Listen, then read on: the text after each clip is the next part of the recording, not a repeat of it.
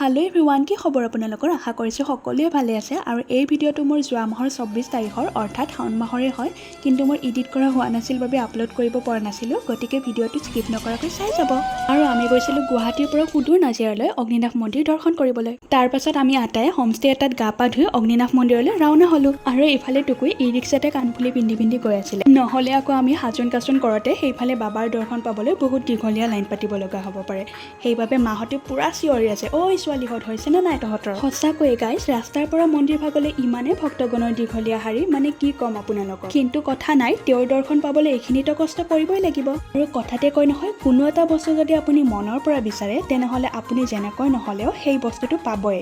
আৰু এই মন্দিৰ ভাগ যেতিয়াৰ পৰা আৰম্ভ হৈছিল তেতিয়াৰ পৰা মা আৰু মই মোবাইলত যেতিয়াই দেখো তেতিয়াই প্ৰাৰ্থনা কৰো যে প্ৰভু যদি তুমি এদিন নিয়া তেনেহলে তোমাৰ ওচৰলৈ নিশ্চয় যাম আৰু দেখিছেনে নভবাকৈ পবিত্ৰ শাওন মাহত তেওঁৰ শ্ৰীচৰণত আশীষ ল'বলৈ সুযোগ পালো আৰু শুনামতে এই মন্দিৰ ভাগত ভক্তগণে যিভাৱে প্ৰাৰ্থনা কৰে তেওঁ সকলো ভক্তৰ প্ৰাৰ্থনা পূৰণ কৰে যিসকলে এই মন্দিৰ ভাগলৈ যোৱা নাই তেওঁলোকে এবাৰ হ'লেও নিশ্চয় যাব